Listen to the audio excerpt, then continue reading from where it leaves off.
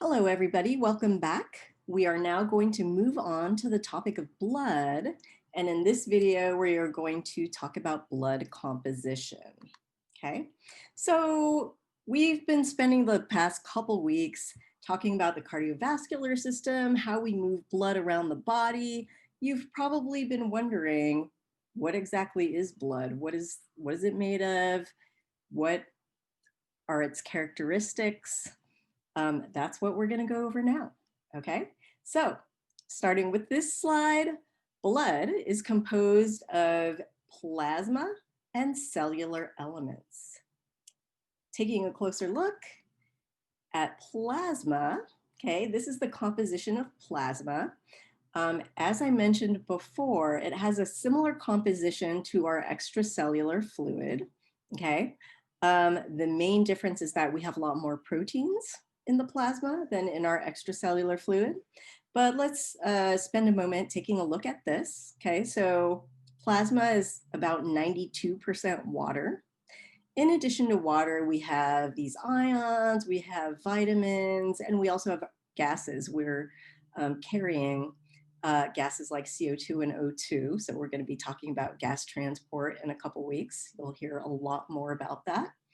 And then we've got these organic molecules of various types. But of particular interest, like I already mentioned, is these proteins, okay? So we have these proteins in our plasma, particularly albumin, okay? And their role, or part of their role, is to regulate the osmotic pressure in the blood. So hopefully you remember this from our discussion of bulk flow and the capillaries. The proteins contribute greatly to the osmotic pressure of the blood, okay? All right, in addition to plasma, we have cellular elements in the blood. Okay, we have three main types of cellular elements. We have the red blood cells, also known as the erythrocytes.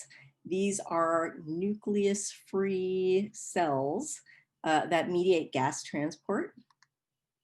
We have white blood cells, and here you can see that we have several types of white blood cells. White blood cells are also known as leukocytes, and they function in the immune system, okay? And finally, we have platelets, also known as thrombocytes. Thrombocytes are cell fragments that play a role in blood clotting. This slide shows you the relative volumes of these elements in the blood. Okay, so this is what you get when you take blood. You can do this thing where you take blood, you put it in a microcapillary, and then you centrifuge it. This is what it ends up looking like. Okay, so most or the majority of blood is plasma, about 58%. Okay, and then the next biggest portion of the blood is comprised of red blood cells, so about 42%.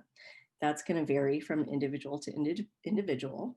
And then a very small volume is made up of white blood cells, and actually platelets are in here too, so less than 1%. Okay. All right. All of our cellular elements are made through this process called hematopoiesis. Okay, hematopoiesis is just our fancy word for blood cell production. But what I want to say about hematopoiesis is that all of our cellular elements originate from one kind of precursor cell type called the pluripotent hematopoietic stem cell. Okay, so as you can see in this diagram, this diagram shows the development of the different types of cellular elements. So you can see that this stem cell can differentiate into this type of cell or this type of cell. This type of cell then can differentiate into a variety of different cell types, and then some of those cells will then differentiate into different cell types, okay? And at the end of that whole process, we end up with our different cellular elements. Hematopoiesis occurs in the bone marrow. So just to orient you or just to give you an idea of how this happens, um, this is a bone right here, okay?